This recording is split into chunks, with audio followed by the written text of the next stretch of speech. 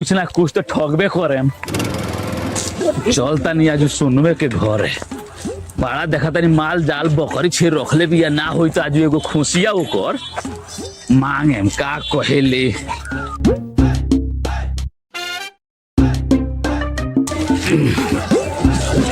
चल दया बा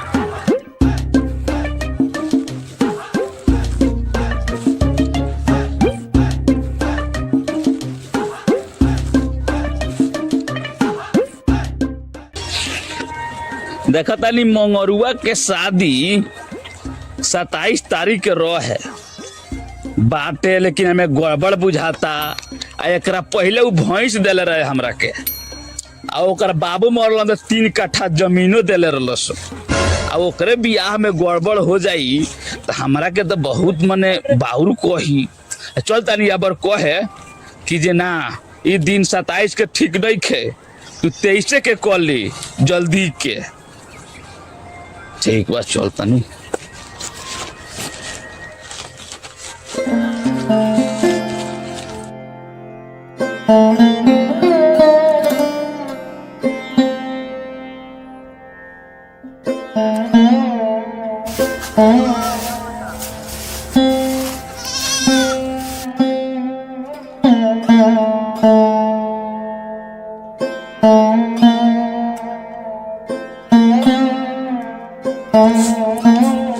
पंडित जी प्रणाम। खुश रह खुश रह खुश रह। तू कहे हो गइल बाड़ू हो, फल बिके लड़की बियाह शादी क के अइलू आ हेंगे चेहरा रूप बनैले बाड़ू। आ सबसे तो बढ़िया बात बाटे कि जे तोहर नाम हो सोना, तू पर तारू कुंभ राशि। आ ये साले तारा जमीन बासे चढ़े वाला बा, सब योग्य में बा। हम देख रहल बानी आ होखबे करी। हम जौन कहीं ने जौन सत्य होला कि ना होला? जी पंडित जी होला।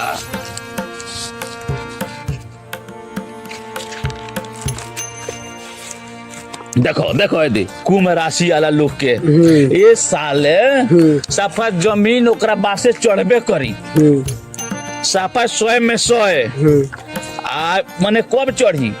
जब ले तू धर्म ना करबू, 2 पैसा दान दक्षिणा लोग के ना देबू, गर गरीब के ना देबू, तब तो मुश्किल बा। वैसे हम कहतनी कि कोनो पंडित भिखारी या चाहे गांव के कोनो भिखा दुखा बा, ओकरा के तू दान दक्षिणा दो बढ़िया से, आ तोहर मनोकामना एकदम पूरा हो जाई। बुझलू?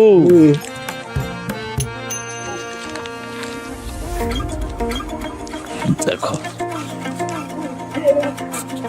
बहुत बढ़िया बात तोहर। ये साल तोहरे ना बल्कि कुंभ राशि वाला लोग के, ऐसे कि तोहर नाम सोना, तू पढ़लू कुंभ राशि। आ कुंभ राशि वाला के ये साल में सब एकदम धन के बरसात होके वाला बा। हाँ हम कहते बानी आ तू समझते बाड़ू। जी पंडित जी। हाँ बोलल जा। आज से दान दक्षिणा देवे के शुरू हो जाई। हाँ हाँ दान दक्षिणा देहल शुरू करी, काहे कि ऐसो धन के प्राप्ति होके वाला बा। हाँ बैठी खाई आज भर रही। हाँ हाँ आज तो हम रहबे करे, वही खातिर तो हम आइले बानी। रह गइल बा आज जल्लू, अब तो बेरा होइए गइल बा। दही चूड़ा मिल जाई तो बढ़िया रहल को। कैसो बैठी ले आई जौन जौन होके तन तन खियाई।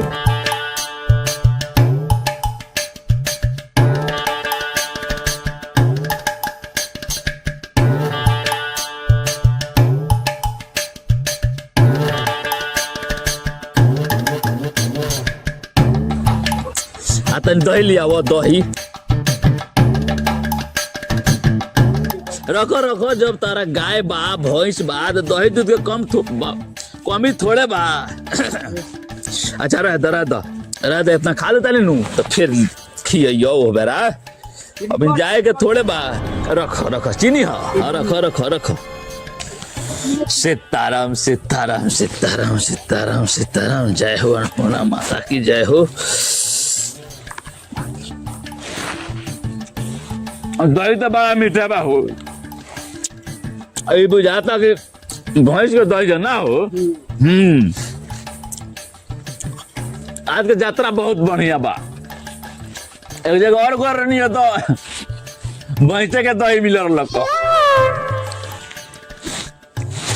गाय के दही बानू तनका नीमन ना जमेला अब भैंसिया वाला तनका बढ़िया से जमेला मीठो लागेला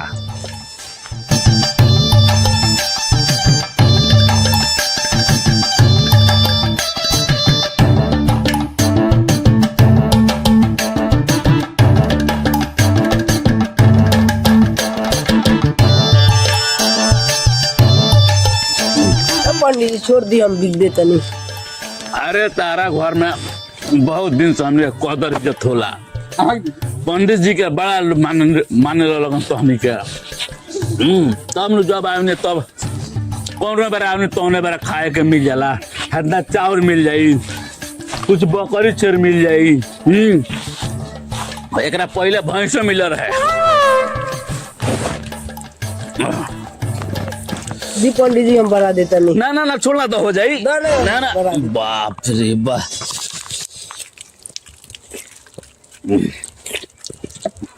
बस बस हो गई आनंद हो गई मियाज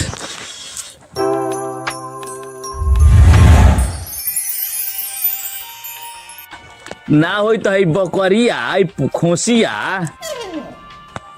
ई अपने के हो हाँ आई रे दादा तो ना होगा तो दान दक्षिणा में और कुछ ना मिलल तो एगो ई खोसियो मिल जाई लेना तो चाहिए।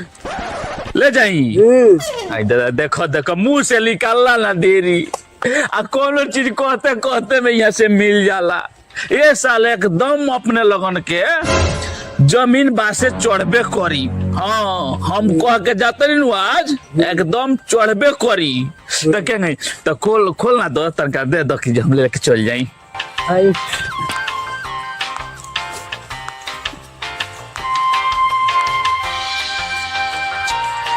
अब ठीक बा अब जाई आए अब जाई पंडित जी खुश रह खुश रह खुश रह ऐसा का जजमान 4 गो 5 गो मिल जाए तो अगर घर भर जाई बकरी छेरा भैंस से चला चला चला अरे ऐसा जजमान 4 गो 5 गो मिल जाए नू तो ई बकरी छेर गाय भैंस से घर भर जाई चल आज के यात्रा तो सही है बा ई केने केने भागत या ना होता नू तो एकरा के कौन हुए पर टांग लेता नी चल ना इन्हें केहू थोड़े लौकता सर दे लेके चल जाए बैठा बैठा चले 10 सर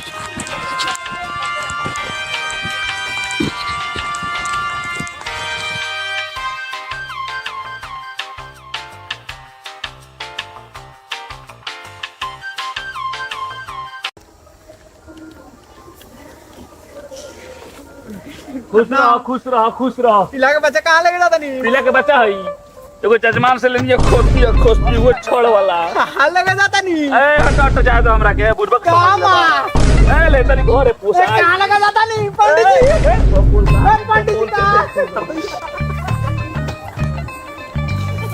कैसन जजमान भेटा गई लोग कहता है पीला के बच्चा भाई पीला के पंडित जी बच्चा प्रणाम। खुश रहो खुश रहो खुश रहो पीला का बच्चा लगा कहाँ जाता नहीं।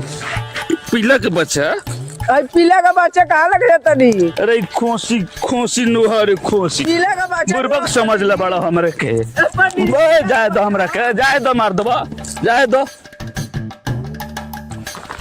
सारा कहता लोग कि ये पीला के बच्चा साचो पीला के बच्चा है का जी पाल लगे नहीं खुश रहो खुश रहो खुश रहो पिला के बच्चा कहाँ लेके जाता नहीं पीला के बच्चा हाँ पिला के बच्चा है ए खोसी नु कि ना पिला के बच्चा है ए खोसी हो पूरा क्लियर पिला के बच्चा ना ना ना आखिर हमरे दिमागवा गबड़ा गइल बा हम ये पगला गइल बानी वो हमरा के एक तुमको हनियती ले दे दलकियो आगे पीला के बच्चा है रे हाँ। पीला के बच्चा खाने तो लौकत नहीं खे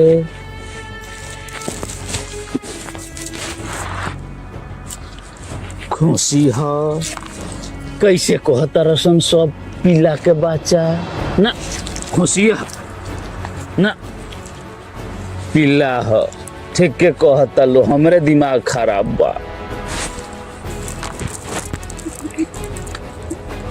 ना पीला हो का दुन हमरा बुझाता पीले हो छोड़ दो ने जा आज के जतरे खराब बा मिलबो कोई साला पीला मिल अब चल तानी ना हुई तो देखा तानी के